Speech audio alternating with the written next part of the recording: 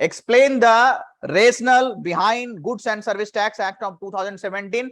Very beautifully covered in your classroom. What is the rationale behind that? One nation, one vote, one tax for reducing the cascading effect. All right. It is a destination based tax. It is what?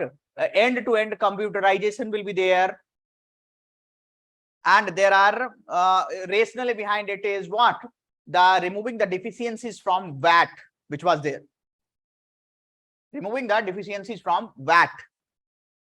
There was confusion between the states and center. There was conflict between the state and center with respect to the VAT.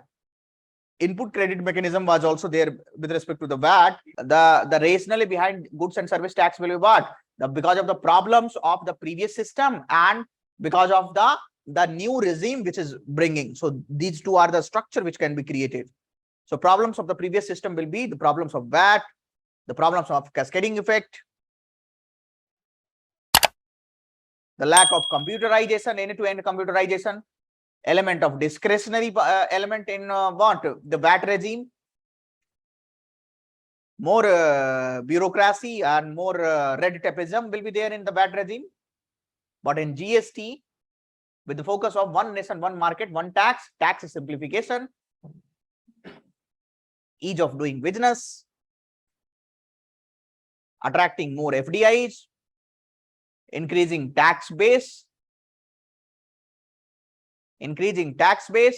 reduces the evidences of tax evasion and tax avoidance. All these are the rationale behind what? Goods and service tax. Are you understanding? So you have given the structure here also.